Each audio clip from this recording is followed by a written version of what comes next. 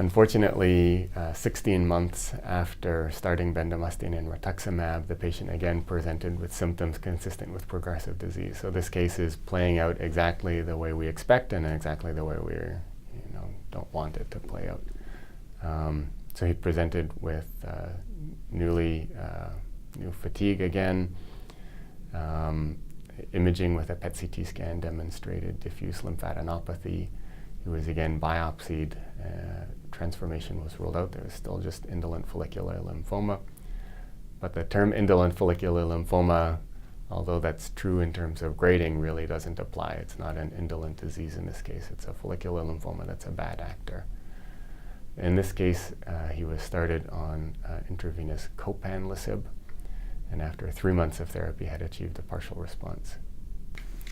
The treatment options for this patient really run the gamut, again, theoretically, but in practice, I think the idea is that this patient is chemorefractory, right? He's not by definition chemorefractory, but pretty close to it. He's had a short remission duration with R-CHOP, an even shorter remission duration with bendamustine. So the likelihood that he's going to have some overwhelmingly positive remission duration with CVP or repeat bendamustine is pretty unlikely.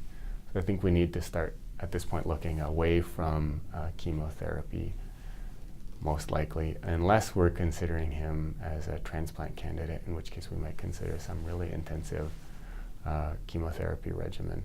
His age is getting a little bit older, but again, worth a consideration. Assuming that he's not a great transplant candidate, my bias at this point is to steer him away from chemotherapy and look at other options. Again, it's a high-risk patient, so I think clinical trials are worth considering, and certainly it's reasonable to send him for a consultation for something like that. Outside of clinical trials and transplant, really, we've got 2 approved options from the FDA. One of them is idelalisib, the other is copanlisib.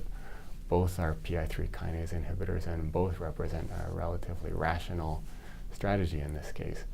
Somebody who's refractory to anti-CD20 and chemotherapy, you want to, relatively resistant to chemotherapy, you want to choose something that works in a completely different way.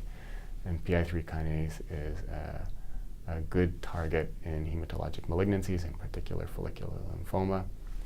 And multiple clinical trials now have shown that PI3 kinase inhibitors have significant activity in people with heavily pretreated follicular lymphoma. So we have 2 PI3 kinase inhibitors that are approved right now. There are others that are in development. They all have some subtle, some less subtle differences. Of the 2 that are approved, idelalisib is oral. It's specific to the delta isoform of PI3 kinase. Copanlisib is an intravenous formulation. It's administered once weekly for 3 weeks, followed by a 1-week break. And it's specific to the alpha and delta isoforms of PI3 kinase. And therein, those differences probably account for some of the differences that we see in the side effect profile, and arguably could impact efficacy as well, although that's less clear. Ultimately, phase 3 clinical trials would be required to compare these agents and really evaluate which is more active. I'm not sure that that's the most important question we face in follicular lymphoma, and I'm not sure that that's a worthwhile clinical trial to do.